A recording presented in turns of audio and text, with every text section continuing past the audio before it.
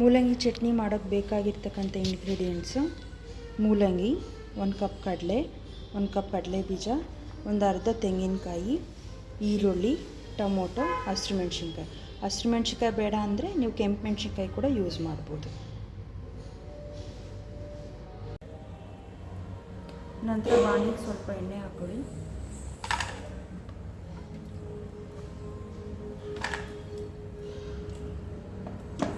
ನಂತರ ಹಚ್ಚಿಟ್ಕೊಂಡಿರ್ತಕ್ಕಂಥ ಈರುಳ್ಳಿ, ಟೊಮ್ಯಾಟೊ, ಹಸಿರುಮೆಣ್ಸಿನ್ಕಾಯಿ.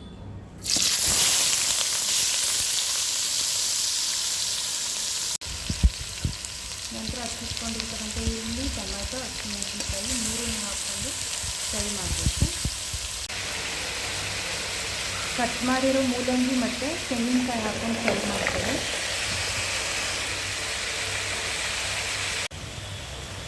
ನಂತರ ರುಚಿಗೆ ತಕ್ಕಷ್ಟು ಉಪ್ಪು ಹಾಕೊಳ್ಳಿ. ಮೂಲಂಗಿ ಎಣ್ಣೆ ವಾಸನೆ ಹೋಗೋವರೆಗೂ ಡೀಪ್ ಫ್ರೈ ಮಾಡ್ಕೋಬೇಕು. ಇಲ್ಲಾಂದರೆ ನಿಮ್ಗೆ ಹಸಿ ವಾಸನೆ ಮೂಲಂಗಿ ಸ್ಮೆಲ್ ಹಾಗೆ ಬರುತ್ತೆ. ಮೂಲಂಗಿ ಗ್ಯಾಸ್ಟ್ರಿಕ್ಕಿಗೆಲ್ಲ ತುಂಬ ಒಳ್ಳೆಯದು. ಸೊ ನೀವು ಇದನ್ನು ಸಾಂಬಾರು ಮಾಡ್ಕೊಬೋದು, ಜೊತೆಗೆ ಈ ರೀತಿ ಚಟ್ನಿ ಮಾಡ್ಕೊಂಡು ತಿನ್ಬೋದು. ಸೊ ಚಪಾತಿ, ದೋಸೆ ಎಲ್ಲದಕ್ಕೂ ತುಂಬ ಚೆನ್ನಾಗಿರುತ್ತೆ. ಸೊ ಆದಷ್ಟು ಮೂಲಂಗಿ ಸಾಫ್ಟ್ ಆಗಬೇಕು, ಆ ರೀತಿ ಫ್ರೈ ಮಾಡ್ಕೊಳ್ಳಿ.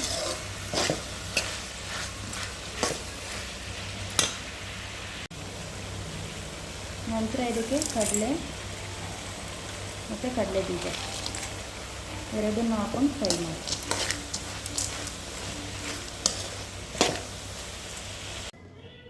ತಣ್ಣಗಾದಮೇಲೆ ಮಿಕ್ಸಿಗೆ ಹಾಕ್ಕೊಳ್ಳಿ. ಮೂಲಂಗಿ ಚಟ್ನಿ ರೆಡಿಯಾಗಿದೆ.